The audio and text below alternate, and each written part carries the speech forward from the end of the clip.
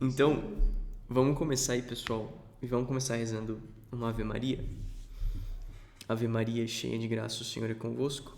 Bendita sois vós entre as mulheres, e bendito é o fruto do vosso ventre, Jesus. Santa Maria, Mãe de Deus, rogai por nós, pecadores, agora e na hora de nossa morte. Amém. Então, beleza. A gente vai fazer uma sequência de 3 palestras, né? 3 aulinhas. E essa nossa primeira vai ser em torno aí da revolução sexual.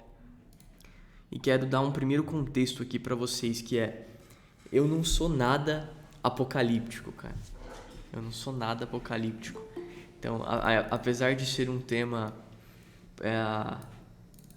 aparentemente pesado, né? E que o pessoal, meu Deus do céu, né? Revolução sexual e tal. Eu juro que eu vou trazer uma visão muito otimista e positiva da coisa aí. Essa é uma primeira ideia, tá? Depois, na Sagrada Escritura, a gente vê, né, infelizmente, Jesus sendo ofendido de muitos nomes, né, de muitas coisas. E é claro, Nosso Senhor, ele permitiu, né, que essas ofensas acontecessem. Chamaram, por exemplo, ele de glutão, né, que seria alguém que come demais. Chamaram ele de beberrão. Chamaram ele de falso profeta, e tantas outras coisas, né, que ofenderam Nosso Senhor. Mas teve uma ofensa que Nosso Senhor não se deixou ser ofendido, que foi ser chamado de impuro, né? Nosso Senhor, ele não foi chamado de impuro nenhuma vez. E tá aí, vamos guardar essa informação. Depois, quero partir aqui para um aspecto um pouquinho cultural do nosso país. Uma música lá da década de 60, que é a música do biquíni de bolinha amarelinha, né? Não sei se vocês conhecem essa música. Eu não vou nem cantar uma linha dela, porque é aquelas músicas de chiclete, assim, e eu não quero que vocês fiquem com essa música na cabeça. Mas é uma música que formou parte do imaginário, por exemplo, dos nossos pais e assim por diante. Que é a música assim, né? Ana Maria entrou na cabine e foi vestir um biquíni legal. Mas era tão pequenino o biquíni que Ana Maria até sentiu-se mal. Ai, ai, ai, mas ficou sensacional. O refrão, né? Era um biquíni de bolinha amarelinha tão pequenininho. Mal cabia na Ana Maria. E repete. Ana Maria, toda envergonhada, não quis sair da cabine assim. Ficou com medo que a rapaziada olhasse tudo, tintim por tintim. Ai, ai, ai, a garota tá pra mim. Era um biquíni de bolinha amarelinha tão pequenininho. Ana Maria olhou-se no espelho e viu-se quase despida, afinal, ficou com o rosto todinho vermelho e escondeu o maiô. É uma música que formou parte do imaginário popular do Brasil, imagina, né? E até vendo no YouTube essa música, você vai ver que os comentários são: nossa, que nostalgia, essa música é espetacular, meu Deus, né? E no fundo essa música, ela mostra o pudor, né, que existe nas pessoas, ou existia nas pessoas. E vejam só que sem a proteção desse pudor, quando o pudor é ferido, o coração e o corpo também são feridos, né? Porque Ana Maria, ela estava preocupada de que olhassem para ela, que a desejassem e que no fundo a usassem, né? Que fosse objeto de cobiça dos outros. E não parece familiar essa sensação, que é a sensação de quando Adão e Eva comem do fruto proibido lá em Gênesis, né? E eles então se veem nus. E eles sentem um pouco dessa vergonha, né? Vê como tem um pouco dessa relação. E aí, só comentando um pouco sobre ainda sobre biquíni, né?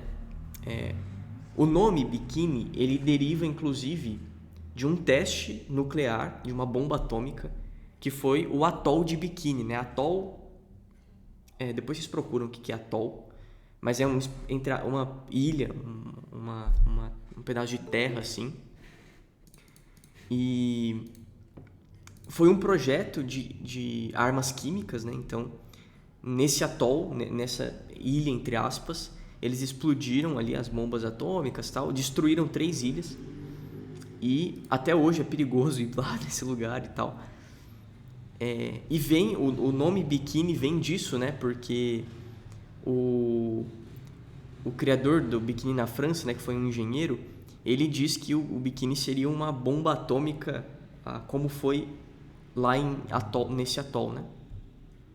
E até para começar a se popularizar o biquíni, né, na época, ele foi criado em 46, foram contratadas atrizes, né, modelos de striptease, mulheres mesmo assim, que eram pagas, né, para mulheres da rua assim, porque nenhuma atriz tinha coragem de ser a garota propaganda ali. Mas só esse parênteses, né, dessa história cultural assim. Mas andando aqui para frente, o demônio ele não pode criar nada, né? Ele não tem poder de criação. Então ele acaba pervertendo aquilo que é de Deus, aquilo que é muito bonito e que é dom de Deus. E ele sabendo então o quanto que a pureza, o quanto que isso é importante para Deus, ele ataca isso com muito afinco. Mas aqui, dentro da história, existem 4 momentos em que o homem diz não. 4 negações do homem, né? Claro que isso começa lá em Gênesis, né? Se a gente for buscar a raiz das coisas, vai cair lá em Gênesis. Mas o primeiro não foi o não da revolução, da revolta protestante, né? Que o homem diz não à igreja. Então fala, não, a gente não precisa da igreja, a gente pode ter Cristo, ter Deus, mas a gente não precisa da igreja e dessa estrutura hierárquica, eclesiástica, de Roma, etc. Primeiro não. O segundo não vem com a Revolução Francesa, o Iluminismo, que aí ele diz não à pessoa de Cristo, né? Depois o terceiro não é a Revolução marxista, socialista, que diz não a Deus, né? Aí então começa a negação de Deus, a religião é o ópio do povo, etc. E por fim vem a revolução sexual, que é também a cultura da morte, né? Que São João Paulo II tem a carta encíclica Evangelium Vitae, né? Muito bonita, que ele fala ali da cultura de morte de modo mais aberto, que a gente vai comentar um pouquinho aqui, que aí diz não ao próprio homem. Então começa dizendo não à igreja, depois não a Cristo, depois não a Deus e por fim não ao próprio homem. Homem no sentido de pessoa, né? E eu vou explicar como isso se dá. Mas, por exemplo, no aborto, né, eutanásia, né? Isso é dizer não à própria pessoa humana. Os campos de concentração, por exemplo, né, que vem em seguida, isso é dizer não para a pessoa humana, né? Isso é negar o homem. E também o demônio, ele pega aquilo que é o templo da vida, que é o corpo da mulher, né? O corpo da mulher é o templo da vida, onde nós nascemos, somos gerados. E aí ele transforma isso num leito de morte, né? Por tantas vias que são muito óbvias. E aí tem um estudo da Universidade de Princeton, que eles fizeram um teste assim, né?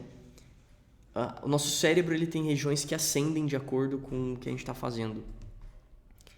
E aí eles pegaram mulheres seminuas, colocaram na frente de homens e acendia a mesma parte do cérebro que se acendia quando o homem ele estava trabalhando com martelos e ferramentas de casa, assim, né, de construção e tal. Ou seja, o homem ele passou a ver a mulher seminua como um objeto, literalmente, isso biologicamente falando, tá? E isso já tinha sido profetizado pelo São Paulo VI na Humanae Vitae, também uma encíclica aí muito importante. Ele de São Paulo VI diz assim: não é preciso ter muita experiência para conhecer a fraqueza humana e compreender que os homens, os jovens especialmente, tão vulneráveis nesse ponto da afetividade, precisam de estímulos para serem fiéis à lei moral. E aí ele diz assim: é ainda de recear que o homem, habituando-se ao uso das práticas anticoncepcionais, acabe por perder o respeito pela mulher e, sem se preocupar mais com o equilíbrio físico e psicológico dela, chegue a considerá-la como um simples instrumento de prazer egoísta e não mais como uma companheira respeitada e amada. E isso é nítido, né? Acho que a gente pode concordar. E aí, os problemas que a gente vê acontecendo hoje, como, por exemplo, famílias que acabam, crianças abandonadas, enfim, toda essa desgraceira. Eu falei que a palestra ia ser uma via positiva, né? Mas enfim, toda essa desgraceira que a gente vê não é fruto do acaso, mas é consequência dessas escolhas dos homens, né? Então, a afetividade, o próprio sexo, são coisas espetaculares, são coisas santas e nobres, né? São participação no poder criador de Deus, feitos para o matrimônio, né? Então, são coisas limpas, mas que, né, nesse contexto de revolução sexual, como a gente está chamando aqui, é problemático. E aí, isso também se fortalece com uma série de ideologias e de conceitos ideológicos. Por exemplo, o Marx, né, que para ele tudo na vida é uma eterna luta de classes, inclusive o casamento, né? Então, a diferença do homem e da mulher, para Marx, é uma estrutura de opressão, por exemplo. E aí, como isso se reflete de ordem prática atualmente, né? Feminismo, ideologia de gênero, e um monte de baboseira, assim. E então, é próprio da teoria marxista exigir a abolição, por exemplo, da família, como a gente brinca, a gente chama de família tradicional brasileira, né? E depois, por exemplo, a Simone de Beauvoir e tantos outros, né, colocam, olha, dizendo que a repressão sexual era a origem de neurose. Simone de Beauvoir diz que ninguém nasce mulher, mas torna-se mulher por cultura e etc. E a gente vê, olha, ideias que eram muito embrionárias, isso há, sei lá, 80, 70 anos atrás. Hoje a gente vê como isso é muito concreto, né? Como isso tem se tornado realidade mesmo. E ali, por volta de 60, 70, é quando a gente tem o grande boom da revolução sexual. E especialmente em maio de 68, que é uma data aí muito conhecida, que foi na França, né? Foi um terremoto cultural, assim, que foi uma rebelião, onde os principais lemas eram, né? É proibido proibir, faça amor, não faça guerra, abaixo a moral burguesa, etc. E aí a gente vê sexo, drogas e rock and roll, drogas, libertinagem sexual e assim por diante, né? Promoção do aborto e assim por diante. Então,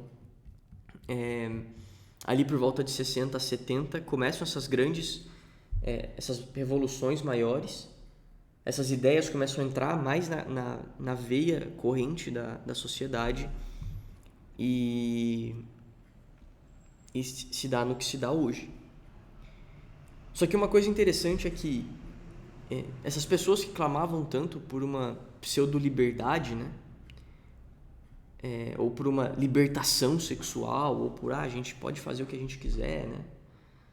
E ninguém tem a ver com isso, ou a igreja quer se meter no meio da nossa relação aqui, né? A igreja não tem nada a ver com isso e tal. Então, vamos viver a liberdade total aqui, que no fundo não é liberdade, né? A gente vê que as consequências disso não são positivas, né? A gente vê gerações profundamente frustradas, vazias, de muita solidão e muito triste, né? Um cenário de uma geração toda muito frustrada, né? De uma geração toda que, por exemplo, não conseguiu constituir família, e assim por diante. E um número aqui alarmante, tá? É um número bizarro. Em 2022, um dado aqui do IBGE, o Brasil teve 990 mil casamentos e 420 mil divórcios registrados oficialmente. É bizarro, né? Quase, tudo bem que não é o casamento que aconteceu naquele ano, mas assim, a gente pode dizer que é quase 50% o termo a gente chama nos negócios de churn, né? De cancelamento da recorrência. E além dos casamentos que terminam, que é triste, claro, mas tem muitos casamentos que é um divórcio dentro da mesma casa, né? Porque não se tem intimidade, não se tem diálogo, não se tem amizade, não se tem sinceridade e também é um problema. Então, a gente vê que o sexo livre, essas ideologias, no fundo são barca furada, né? No fundo são barca furada e as consequências estão aí. Mas beleza, usei toda essa parte da palestra para trazer um pouco desse contexto e dessa história, mas eu quero trazer especialmente aqui a resolução, né? Acho que esse é o ponto mais importante. O que a gente pode, o que a gente deve fazer, e quero usar então essa segunda metade da aula aqui para falar dessa via aí totalmente que está sob o nosso controle, né? Que a gente pode tomar conta. Então, primeiro, uma frase muito bonita é: um filho de Deus, um homem, e aqui homem, né, no sentido de pessoa, mas um filho de Deus que sabe que é fraco, que sabe que tem as suas dificuldades, mas que procura amar com pureza, é mais forte que qualquer revolução, né? Um santo pode fazer um estrago muito maior do que todos esses anos de revolução, sem dúvida, sem dúvida. A gente vê, por exemplo, né? O santo, ele sempre se manifesta, né? Deus sempre levanta o santo que tem as virtudes e tem as coisas boas opostas ao tempo difícil que se vive, né? Então, nos tempos de avareza, de luxúria e tal, veio, por exemplo, São Francisco de Assis, e assim por diante. E a gente vê isso em muitos momentos da história da igreja, e especialmente hoje, no Brasil, por exemplo, a gente vê isso. Um exemplo, né? Olha, imagina o tanto de engenharia, de ideologia, de coisas que fizeram para tirar as pessoas da igreja, por exemplo. As pessoas perderem a fé. As pessoas deixarem de viver em Deus, de ter amizade com Cristo, né? De procurar ter vida interior e tal. E aí você pega, sei lá, um Frei Gilson da vida, que um homem de Deus, né?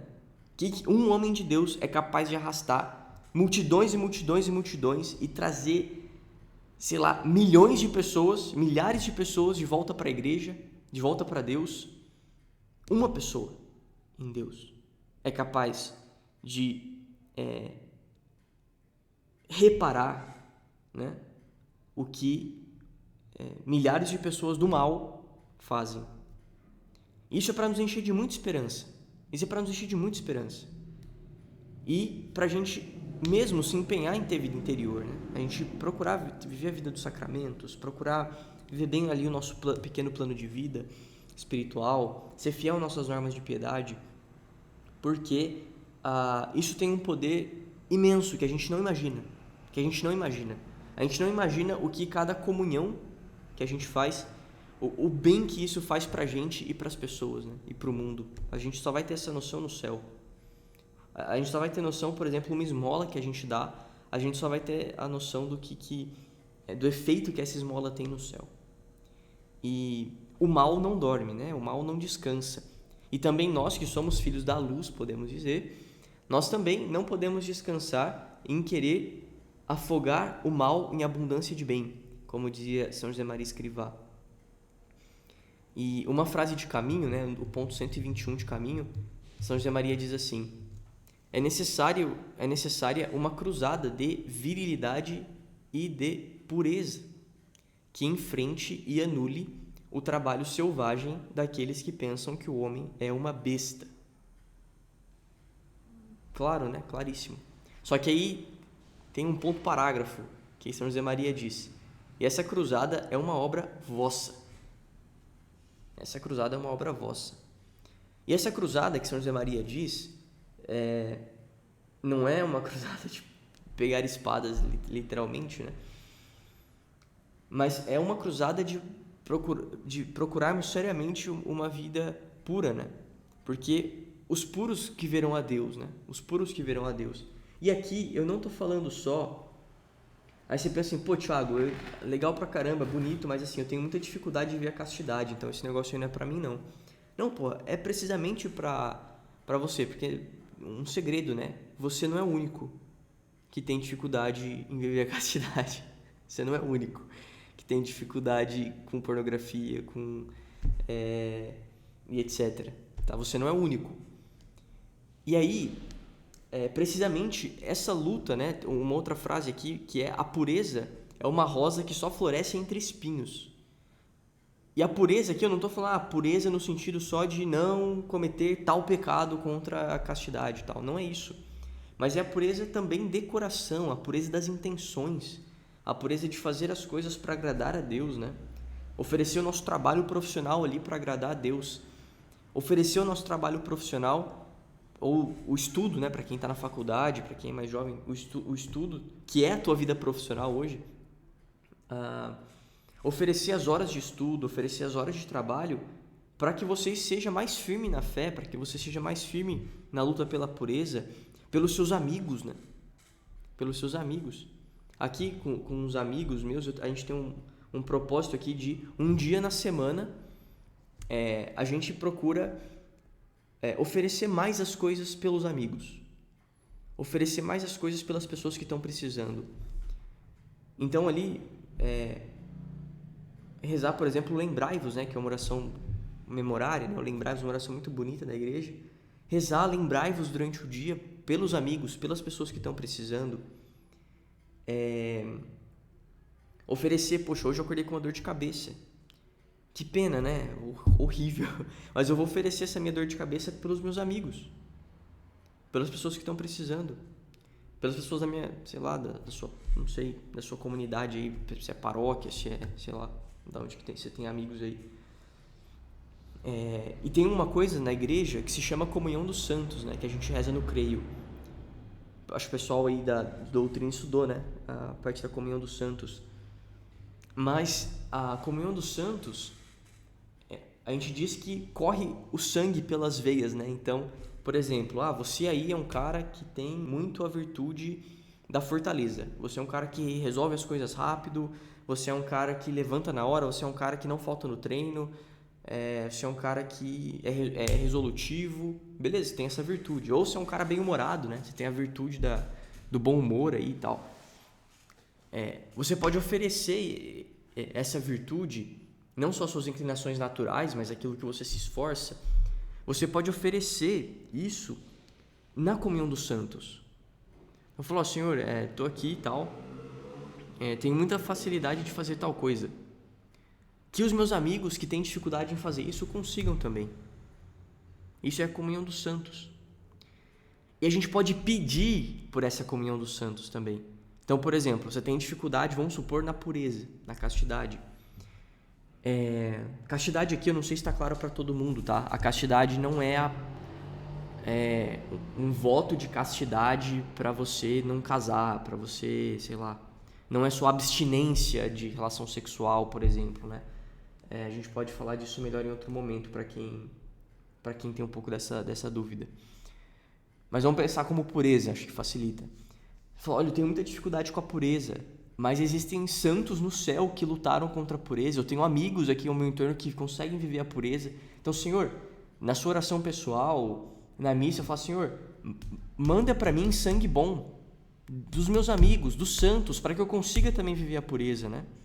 São José Maria diz em outro ponto de caminho, não lembro o decor, mas ele diz que, olha, aquele que é humilde, pede com humildade, o Senhor concede a graça da pureza, né? O Senhor concede. E o nosso corpo, deixa eu ver aqui o tempo, ainda tenho 5 minutinhos. O nosso corpo, ele é humano, claro, né? Os anjos, por exemplo, não têm corpo. O corpo ele é muito próprio de nós, que somos pessoa. Mas o corpo ele tem uma sacramentalidade, né? Porque o sacramento é um sinal visível da graça de Deus, né? Por exemplo, a Eucaristia, a Divina Eucaristia. E o corpo ele tem um caráter de sacramentalidade porque ele também expressa coisas divinas, coisas de Deus, né? Que é o que a gente trata na Teologia do Corpo de São João Paulo II. E então o corpo tem uma capacidade de falar de realidades espirituais, né? A gente pode também se aprofundar nesse ponto num outro momento. Mas a gente precisa, no fundo, lutar, né, com mais amor, com mais empenho nessa cruzada pela pureza. E aí a gente tem 2 aspectos que podem ajudar. 3, né? Mas a gente vai falar melhor disso na semana que vem, sem ser a semana que vem, na outra, né? Que é a segunda aula. Mas primeiro a gente tem um caráter muito humano dessa luta, que é eu preciso colocar os meios que estão ao meu alcance para que eu possa contribuir na luta contra essa revolução sexual, na luta contra essa perversão dos bons valores. E um meio, por exemplo, que a gente pode colocar é o meio da temperança, que é uma virtude humana. Então, por exemplo, na comida, eu posso diminuir o tanto de doce que eu como, eu posso diminuir o tanto da cervejinha que eu tomo. Sei lá, se eu vou num churrasco eu vou tomar 5, 6 cervejinhas, eu posso tomar 3, por exemplo. Posso tomar 2. Porque isso é parte da virtude da temperança, de temperar mesmo, né? O sal, por exemplo, o sal, que é um tempero, em excesso, a comida fica ruim, né? Mas também se não tem, a comida também fica ruim. Então a gente precisa um meio termo, um equilíbrio. A gente precisa equilibrar. A temperança é a virtude de equilibrar o bom uso dos bens materiais, né? Então, por exemplo, a cervejinha, legal pra caramba, velho. A cervejinha e tal, criada pelos monges aí e tal. Eu gosto, por exemplo, mais de... eu sou meio fresco, sinceramente, tá? Eu gosto mais, Baden-Baden, Hoegaarden e tal. Eu gosto da cervejinha mais de fresco, assim. Mas, cervejinha é legal pra caramba e tal, mas... vamos temperar isso aí, né? Vamos equilibrar isso aí. Uso das redes sociais, por exemplo. Fala, putz, velho, caí aqui na pureza de novo, tal. O Arthur, cara, não sei onde eu errei e tal. Vamos. Aí o Arthur fala assim, vamos começar do básico. Abre aí, tempo de uso do seu Instagram, né? Aí tá, 3 horas por dia. Pronto. Achamos onde vai começar a sua luta pela pureza. Diminuir a porra do Instagram ali, né? E assim por diante. Tem muita coisa que a gente pode contribuir humanamente. Depois, isso tem um reflexo também emocional, né? Então tem um reflexo biológico, humano, e um reflexo emocional também, nos nossos sentimentos, nas nossas emoções. Se eu uso menos redes sociais, cara, eu fico mais disposto, eu fico um pouquinho mais feliz, eu fico menos pesaroso e tal, e naturalmente eu consigo lutar melhor também. Se eu tô com os meus amigos, marquei um rolê legal com os meus amigos e tal, me diverti muito bem, muito sobriamente, cara, emocionalmente eu também vou estar mais tranquilo, mais feliz e tal. Eu vou estar melhor ali com a minha família e naturalmente consigo lutar melhor também. Então tem esse reflexo emocional extremamente importante. Eu tenho 30 segundos aqui para encerrar. E por fim, o valor sobrenatural, né? São José Maria tem uma outra, acho que é do Amigos de Deus, salvo engano, depois posso compartilhar com vocês, mas que ele fala, olha, minha senhora, né, minha Santa Maria, com a senhora não tem como eu não vencer, né? Com a senhora não tem como eu não alcançar a pureza. Então é confiar, né, muito no terço, na oração do terço, Nossa Senhora, na oração, por exemplo, do Lembrai-vos que o Arthur mandou aí, porque aí Nossa Senhora vai, ela que é a rainha da pureza, né? Ela vai também nos ajudando nessa luta. E se pensa, né? Se a gente quer ser puro, ser santo e ajudar o mundo, ajudar as pessoas, imagina o quanto que Deus quer, né? Se a gente quer, muito mais quer Deus. Então a gente precisa contar com essa ajuda divina. Ave Maria, cheia de graça, o Senhor é convosco. Bendita sois vós entre as mulheres, bendito é o fruto do vosso ventre, Jesus. Santa Maria, Mãe de Deus, rogai por nós, pecadores, agora e na hora de nossa morte. Amém.